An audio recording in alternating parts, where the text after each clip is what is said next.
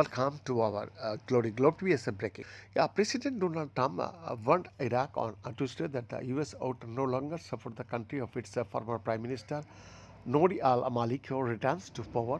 Trump made the threat days after the dominant political bloc known as the Coordination Framework, collections of Sikh parties announced it was backing the nomination of al-Maliki, who the US administration views as too close to Iran. Last time Maliki was in power, the country descended into poverty and total chaos that should not be allowed to happen again. Trump said in a social media post announcing his opposition to al-Maliki because of his insane policies and ideologies. If elected, the United States of America will no longer help Iraq, and if we are not there to help, Iraq has zero chance of success, prosperity, or freedom.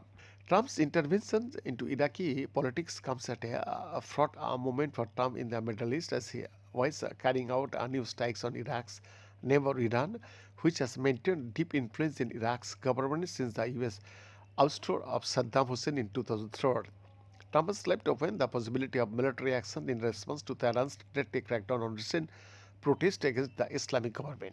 Caretaker Prime Minister Mohammad Shia al-Sudani's bloc won the largest share of seats in November's parliamentary election, but he stepped aside earlier this month after he was unable to form a government.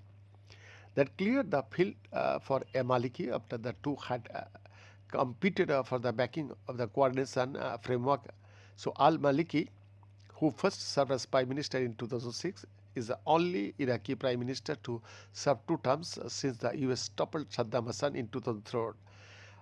Al-Maliki's bid for a third term failed after he was accused of monopolizing power and annihilating the country's sizable Sunni and Kurdish population.